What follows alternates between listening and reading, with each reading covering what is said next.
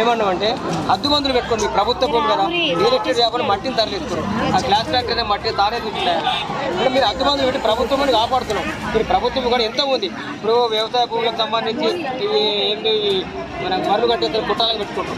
ఇళ్ళ స్థలాలు లేవంటే వాళ్ళకి ఏమని చెప్తున్నాం. ఎంత గతిబిజీ అంతా ఫస్ట్ హద్దు మందులు పెడితే హద్దు మందులు కావాలి. రెవెన్యూ భూములు కాపాడాలి. ఇళ్ళ స్థలాలకి శాంతి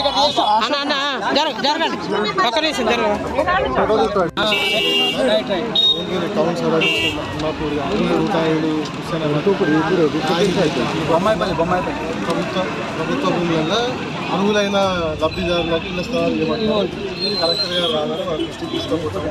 తర్వాత కూడా మీ దాంట్లో ఎవరైతే ముఖ్యులు ఉన్నారో ఒకరిద్దరు వచ్చింది తర్వాత కానీ కలవాటు మీరు ఇచ్చిన రికమెండేషన్స్ అన్ని కూడా సార్ దృష్టికి తీసుకుపోతారు. రాగానే కూడా ముఖ్యమంత్రి గారికి తీసుకుపోతారు.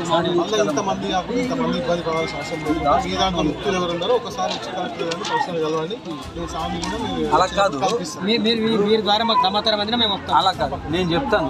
ఒక 4-5 కలెక్టర్ గారిని కూర్చొని చెప్తే అర్థమైంది కదా. సార్ కలెక్టర్ గారు ఎప్పుడు వచ్చినా ఉంటలేరు. ఈ సోమవారం పూట కాదు, సోమవారం రాను, శనివారం అయినా సరే వస్తాం, శుక్రవారం అయినా వస్తాం. జగన్ సార్ కల్పిస్తాడు. తొందరగా అయితే ఎందుకంటే